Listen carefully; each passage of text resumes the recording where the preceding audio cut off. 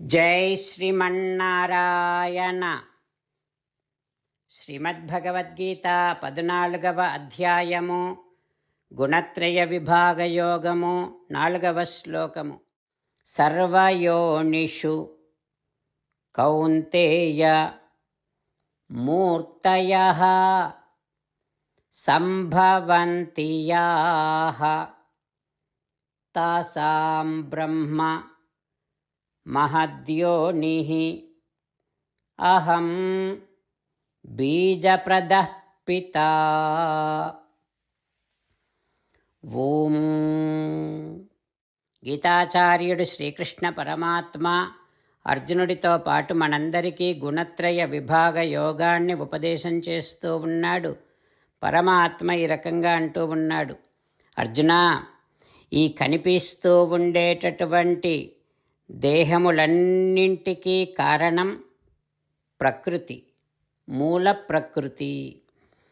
ఆ ప్రకృతిలో జీవులందరినీ వారి వారి కర్మానుసారముగా ప్రవేశపెట్టేటటువంటి వాడిని నేనే అని కదా చెప్పాను.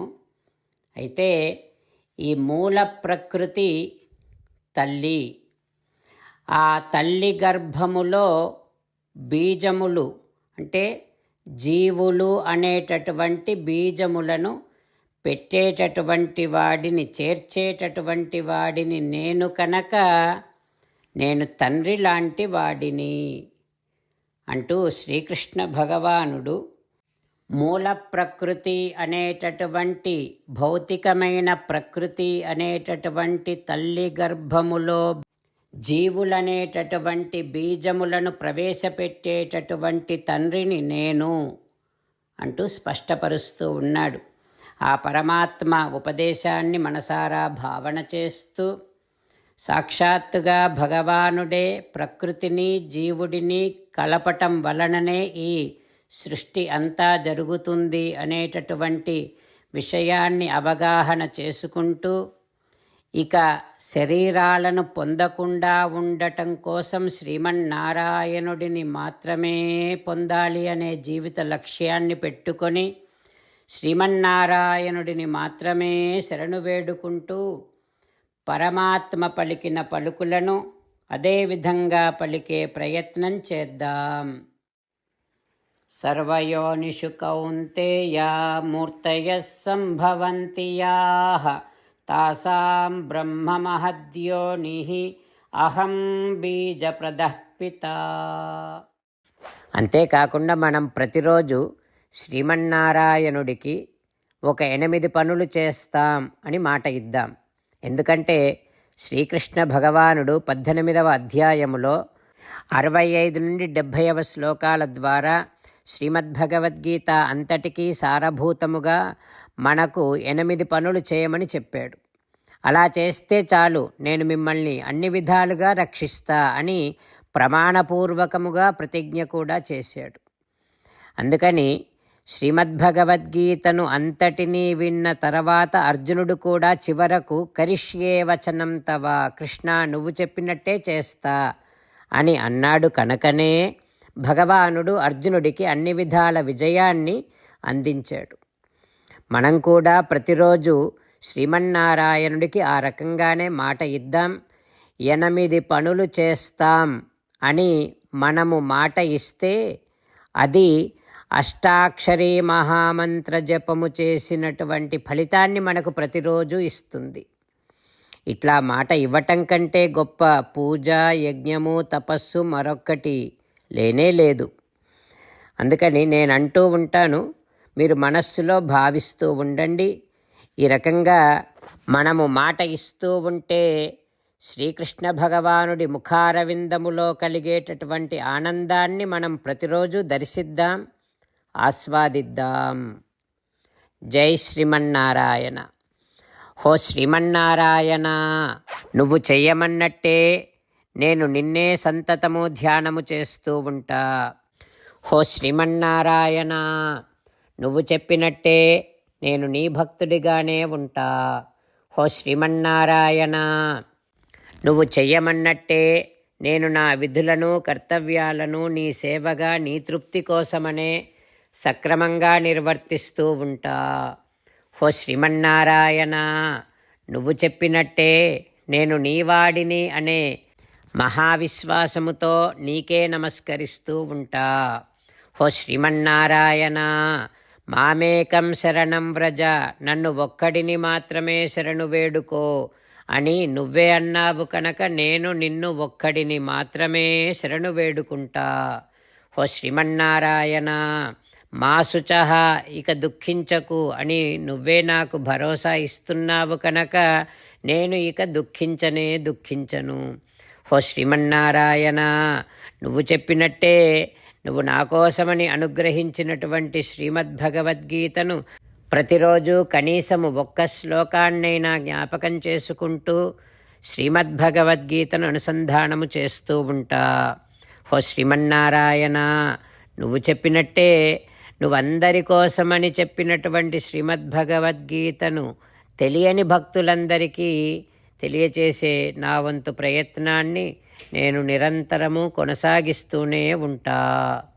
ఓ శ్రీమన్నారాయణ, నేను నువ్వు చెప్పినట్టే చేస్తా, నీకు నచ్చినట్టే ప్రవర్తిస్తా, నీకోసమే పని చేస్తూ ఉంటా. కరిష్యే వచనం తవ. ఇప్పుడు శ్రీమద్భాగవతాన్ని అనుసంధానం చేసుకుందాం. శ్రీమద్భాగవత గ్రంథానికి నమస్కారం. నిగమకల్పతరోర్గళితం ఫలం సుఖముఖాదమృతద్రవ సంయుతం పిబత భాగవతం రసమాలయం ముహురహో రసికా భువి భావుకాః. శ్రీసుఖ యోగీంద్రుల వారికి నమస్కారం. యం ప్రవ్రజంతమనుపేతమపేతకృత్యం ద్వైపాయనో విరహకాతర ఆజుహావ పుత్రేతి తన్మయతయా తరవోభినేదుః తం సర్వభూతహృదయం మునిమానతోస్మి. నరనారాయణులకు, చతుర్ముఖ బ్రహ్మకు, సరస్వతీదేవికి, వ్యాసమహర్షుల వారికి నమస్కారం. నారాయణం నమస్కృత్య నరం చైవ నరోత్తమం దేవీం సరస్వతీం వ్యాసం తతో జయం ఉదీరయేత్. శ్రీమద్భాగవతము 10వ స్కంధము 10వ స్కంధములో 265వ రోజు. సూత మహానుభావుడు శౌనకాది మహర్షులందరికీ ప్రవచనం చేస్తూ ఈ రకంగా చెబుతూ ఉన్నాడు. ఓ మహర్షులారా, శ్రీసుఖయోగీంద్రుల వారు పరీక్షిన్నరేంద్రుడికి శ్రీమద్భాగవతాన్ని ఉపదేశం చేస్తూ ఇలా చెబుతూ ఉన్నాడు. ఓ పరీక్షిన్నరేంద్ర, శ్రీకృష్ణుడు బలరాముడితో గోపబాలురతో వనములో విహరిస్తూ ఉన్నాడు. పాడుచున్ ఆడుచున్ ముచ్చటలాడుచున్ క్రీడింతురు నగుచు బలుడు కృష్ణుడు ఒకచోన్. గోపబాలురు ఆటలాడుతూ పాటలు పాడుతూ పరుగు పందాలు వేసుకుంటూ ఉన్నారు. ఆ ఆటలలో వారు పరిగెత్తుకుంటూ వచ్చి బలరామకృష్ణులను తాకుతూ ఉన్నారు. అట్లా వారు తాకుతూ ఉన్నప్పుడు బలరామకృష్ణులు ఇద్దరు గట్టిగా నవ్వుతూ వారందరూ ఆ రకంగా విహరిస్తూ ఒకరినొకరు చక్కిలిగింతలు పెట్టుకుంటూ ఆనందంగా గడుపుతూ ఉన్నారు. ఒక్కొక్కసారి క్వచిత్ పల్లవతల్పేషు నియుద్ధ శ్రమకర్షితః వృక్షమూలాశ్రయః సేతే గోప ఉత్సంగ ఉపబర్హణః.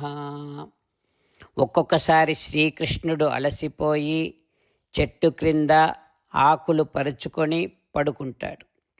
అట్లా పడుకున్నప్పుడు ఒక గోపబాలుడి యొక్క, ఒక స్నేహితుడి యొక్క తొడ మీద తన తల పెట్టి పడుకునేవాడు. ఆ పడుకున్నటువంటి వాడు ఎవరు?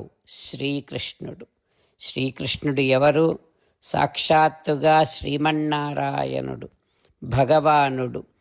వేదాంత వీధుల విహరించు విన్నాని, విహరించు కాంతార వీధులందు, ఫణిరాజశయ్యపై పవలించు సుఖభోగి, వల్లభశయ్యల పవ్వలించు. మృదువైనటువంటి ఆదిశేషుడు అనేటటువంటి ఒక మెత్తనైన విశాలమైన శయ్యపైన పవ్వలించేటటువంటి పరమభోగి అయిన ఆ శ్రీమన్నారాయణుడు ఇప్పుడు చిగురాకుల శయ్య మీద, చిగురాకులతో తయారు చేసినటువంటి ఒక పక్క మీద పడుకొని పవలిస్తూ ఉన్నాడు, సేద తీర్చుకుంటూ ఉన్నాడు. గురుయోగి మానస గుహల గృమ్మర మేటి, గృమ్మర నద్రీంద్ర గుహలలోన.